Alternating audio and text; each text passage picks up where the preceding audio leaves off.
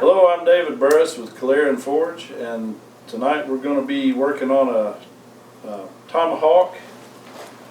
It's the same style of Tomahawk that was featured on our Hillbilly Blood episode. So it's going to involve some forge welding. We're going to actually forge weld a piece together and then insert a high carbon steel bit and weld that together.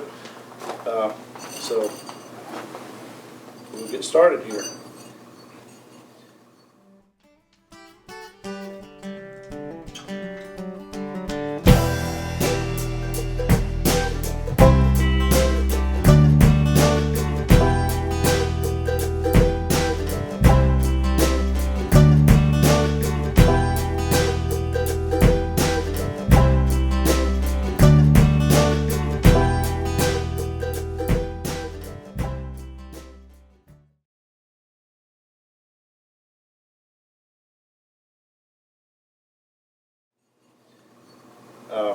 What we're starting out with here, I've already prepared a blank. I like to use old antique wrought iron wagon wheels when it's available. That's getting harder to find, it's not always available. So this is a 3/16 inch piece of mild steel, and it's 2 inches by 8.5 inches, and I've cut it with a little point here that's going to just add a little interest to the back of the Tomahawk, as well as a little extra support on the back side of it. And I've prepared it by taking a 4.5 inch grinder and just shining the surface up. When you're doing forge welds, surface preparation is really important. The more scale and rust and everything that you get off of there, the shinier that metal is, the better it's going to bond with itself in the fire. So what we're going to do is heat this up. We're going to take it to the swage block and hammer it into a U shape where we can hammer it together, and we'll add some flux and forge weld it, and then we'll work on our carbon steel bit. Having that little point on there also helps you see where the center of this thing is when you go to bend it down. Now we've got it started bending there.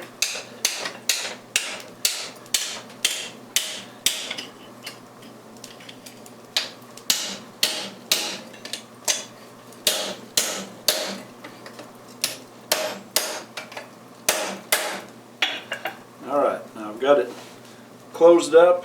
That's going to be the body of our hawk. Now I'm going to put it in the fire, and we're going to forge weld this portion here. We're going to bring this up to a bright orange heat and then add some flux and put it back into the fire. And you can buy a commercial flux, which works great. A little less expensive option, which also works equally well, is just borax washing powder from your grocery store. You'll find it on the washing powder shelf. It works fine. All the flux is doing is creating it forms like a glass-like covering over the two parts that you're fixing to weld together, and it keeps the oxygen out of the weld. Anytime you've got oxygen in any weld, whether it be forge welding or arc welding or TIG welding or whatever, oxygen in a weld is never a good thing, because it creates a bubble or a cavity that weakens the weld.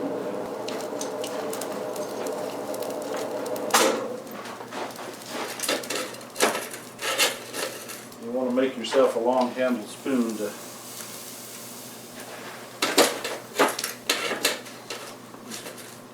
be fairly liberal with this stuff. Just make sure it covers every surface that you want to weld.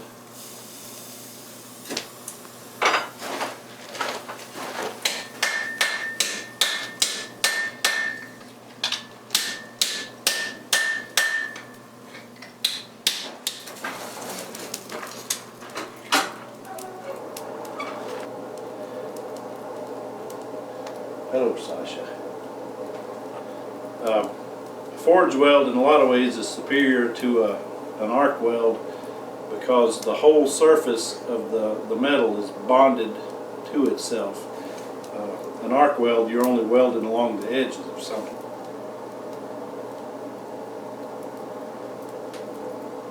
the placement of your piece in the fire is important as well. You never want to stick something you're getting ready to weld, or even anytime you forge anything, you don't want to stick it down into the fire. You want to kind of put it horizontal to the fire and then rake some more coals over top of it to insulate it, so that the heat gets all the way around it. And when you're looking for the welding heat, you never want to look directly into the fire. I'm looking kind of past the fire so that I can see these little sparks, because once it starts to spark, they'll jump up out of the fire above the flame. So if you stare in the fire, then when you pull it out of the fire, all you're going to see is a big green blob in front of your eyes. Alright, see these little sparks that are starting to pop up above the fire here? Right there.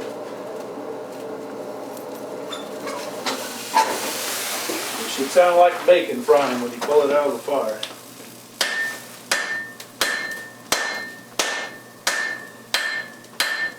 And that loud smack you hear is what we call popping the weld. That's usually a really good sign.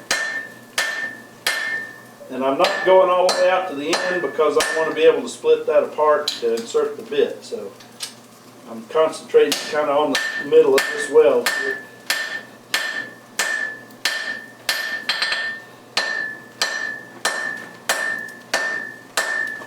And a good way to test whether or not you've got a solid weld is to hammer on the edge of it, and if it doesn't pop apart, you probably got it. So I've got the initial weld made here. I don't know if you can see that. It's not completely all the way, so I'm going to reflux it, put it back in, and try to bring this back a little bit. It's welded through here pretty well.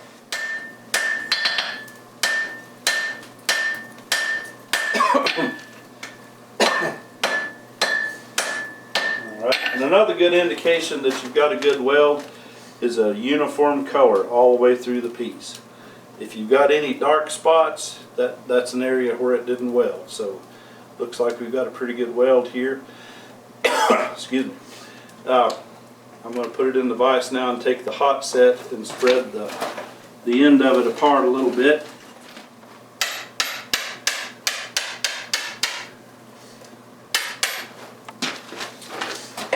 And that's what's going to accept our carbon steel bit.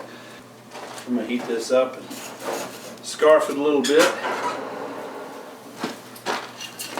And in scarfing this, where I split it apart, I just put that over the edge of the anvil.